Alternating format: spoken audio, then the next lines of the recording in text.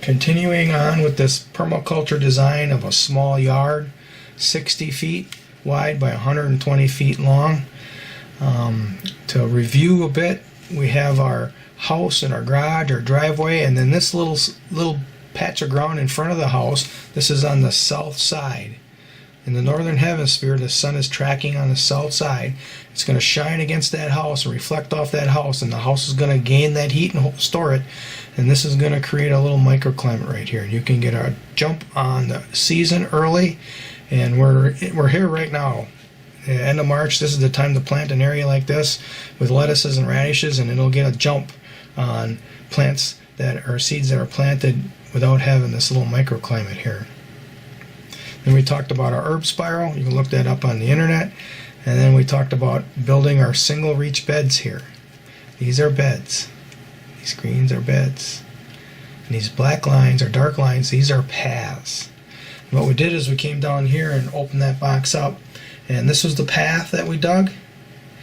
We actually dug around. We opened this up with a shovel by cutting a line all the way around. And then we would pop out these pieces of sod and bring them over to the area directly next to the path that you're building. And this is what it would look like. The sod, the grass of the sod on top of the grass that was there. And that's building out the bed. Same thing here, the path, and then that side went to this and made this bed. Went to here. And then thereafter you covered it with newspaper or cardboard for 3 weeks minimum, probably 4, 5, 6 weeks is even better. What you're doing is you're smothering the grass, and all this grass, all these roots of the grass is all going to become compost, and the worms are going to eat it, and it's going to fertilize this whole thing. You won't have to add any compost or any fertilizer, nothing. It'll give you a really good crop that first year. Probably will give you a good crop the second year without any additions. And then after that, you're going to have to begin to add compost. So this is a single reach bed where you can stand in the path and reach across the entire bed. Okay, this can be planted very bio-intensively.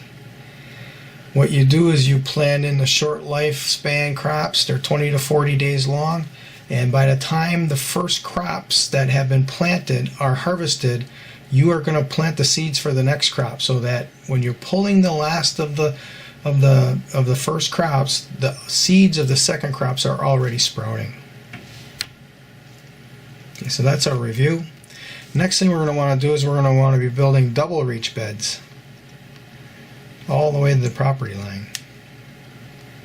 Double reach beds are at least 3 feet, but they're 3 feet wide to 4 feet wide. Okay, you're going to be able to stand in this path right here and reach halfway across. Now these beds are going to be a little more of your main crops, crops that have a longer growing season. They aren't going to require as much care or looking after. And this first bed, you can do the double row of sod, where this side goes to half and that side goes to half, and it's going to be a nice big bed, so you can plant it accordingly to maybe root crops because you've got the double topsoil. The next one, you're not going to have enough sod to fill the entire area, so this might be a spot where you're just going to cover the whole thing in newspaper or cardboard, put some straw over the top, and then plant it late, like the end of May, with tomatoes and pepper plants. That's what you want to do there. Those don't necessarily require a bed. The beds work better for, although I planted root crops and tomato plants in both beds and just flat ground, and they both kind of work out. I've got nice sandy loam soil, which helps. But by having the double topsoil and the raised bed, the root crops have more length they can go down with their roots, because you want to grow big, fat, long roots. That's what you want to do. And you want to do these double reach beds quite a ways back. And maybe another lineup of them here. And in this day and age, we're talking about food really going up in price and kind of getting scarce because of that virus and everything.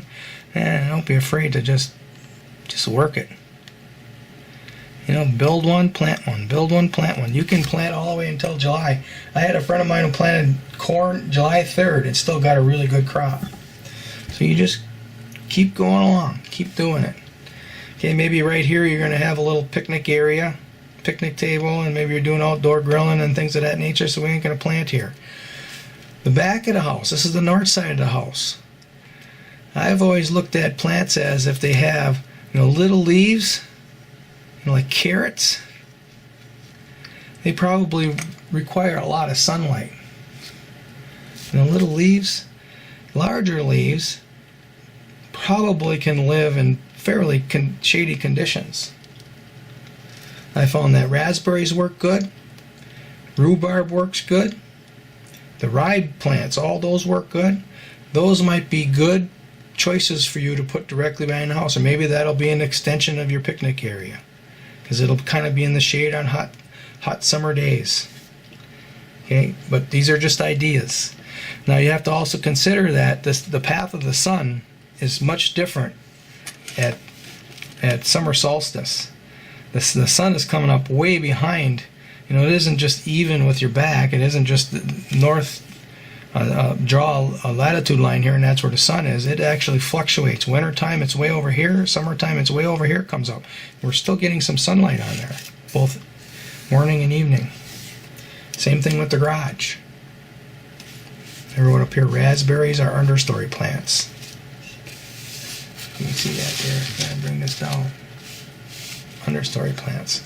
I found rhubarb grows actually, it doesn't grow as prolific as being in full sun, but it grows fairly well under pretty dense shade.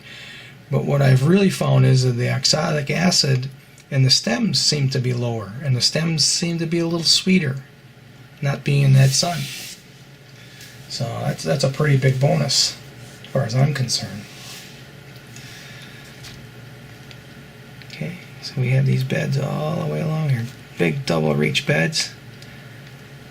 You know, if you make them 10 feet long, you buy the big box stores sell these 10-foot long little row covers, and they sell them pretty cheap.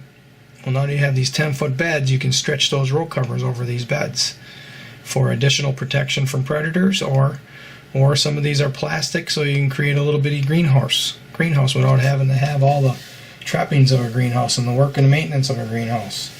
When it starts warming up, you don't want to use it anymore, you just pack it up and put it in your garage.